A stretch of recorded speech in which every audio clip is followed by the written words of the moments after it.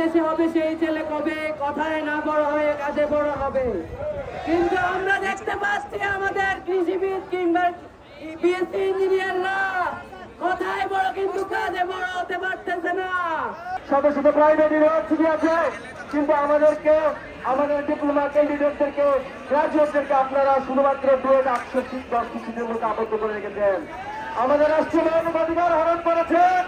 আমাদেরকে পদোন্নতির নামে 10 থেকে 20-30 বছরের একটি মাত্র পদোন্নতি দিয়ে আমাদের কর্মজীবন শেষ করার জন্য আপনারা বাধ্য করছেন। আমরা বৈষম্যের শিকার, আমাদেরকে আপনারা চাকরি ক্ষেত্রে বৈষম্যের শিকার। আমরা আজকে আমাদের দশমকে যদি হাতছাড়া হয়ে যায়, আমাদের অস্তিত্ব বের হয়ে যাবে। পলিটেকনিক কারিগরি সেক্টরকে প্রধান উপদেষ্টা মহোদয় বলেছেন দেশকে সুখী সমৃদ্ধ উন্নত দেশ গড়ার জন্য কারিগরি শিক্ষার বিকল্প নেই। কিন্তু আপনারা ঠিক প্রতিষ্ঠার এজেন্ট হন, দেশকে অস্থিতিশীল পরিবেশ তৈরি করার জন্য মরহুম প্রেসিডেন্ট জিয়াউর রহমানের 1978 সালের যে বেগম খালেদা জিয়া 1994 সালের গেজেটকে অবজ্ঞা করে রাষ্ট্রদ্রোহিতার মাধ্যমে ডিপ্লোমা ইঞ্জিনিয়ারদেরকে আপনারা হেয় প্রতিপন্ন করার গভীর ষড়যন্ত্রে লিপ্ত হয়েছেন। আমাদের এই প্রোগ্রামে ইন্টারমিডিয়েট করে চতুর্থ পর্বে ভর্তি হওয়া যায়, ইন্টারমিডিয়েট ভোকেশনাল করেও চতুর্থ পর্বে ভর্তি হওয়া যায়। তারা আমাদের এখানে ভর্তি হওয়ার সুযোগ আছে, তাদের চাকরি করার সুযোগ আছে, তাদের চাকরির কোনো অধিকার খর্ব করা হয় নাই। কিন্তু বারবার আমাদের ডিপ্লোমাদেরকে বৈষম্য স্বীকার করা হচ্ছে।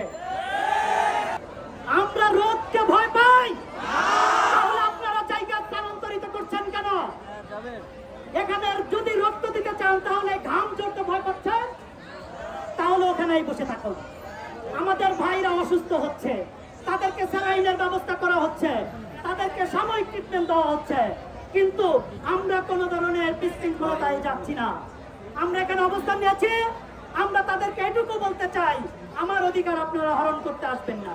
আমাদের দেশে হবে সেই ছেলে কবে, কথায় না বড় হয়ে কাজে বড় হবে।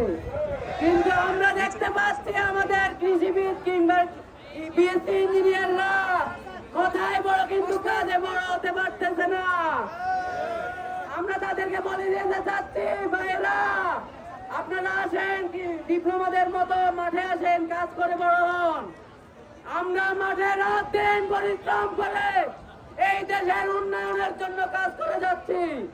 আমরা কেউ কৃষি, কেউ মেরিন, কেউ ইঞ্জিনিয়ারিং সেক্টরে কাজ করে যাচ্ছি, কিন্তু আমাদের সেই কাজের মূল্যায়ন দেওয়া হচ্ছে না।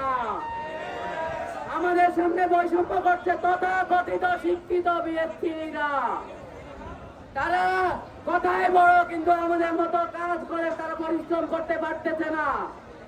আমরা বলে দিতে চাই, আমাদের যে দাবি, আমাদের 10ম গ্রেড আমাদেরকে দিতেই হবে। আমাদের 10ম গ্রেড ছাড়ার কোনো প্রশ্নই ওঠে না। যারা ডিপ্লোমাদের বিরুদ্ধে, ডিপ্লোমা শিক্ষার্থীদের বিরুদ্ধে 3 দফা দাবি দিচ্ছেন, তাদেরকে বলে দিতে চাই, এই সকল অযৌক্তিক দাবি দিয়ে দেশকে বিভ্রান্তিত করবেন না।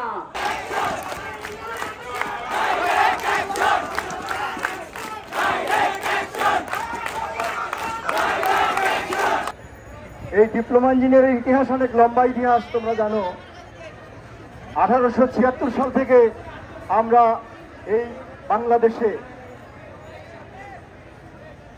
বিদ্যুৎ, রাস্তাঘাট, যে কোনো ধরনের কাজ আমরা করে আসছি।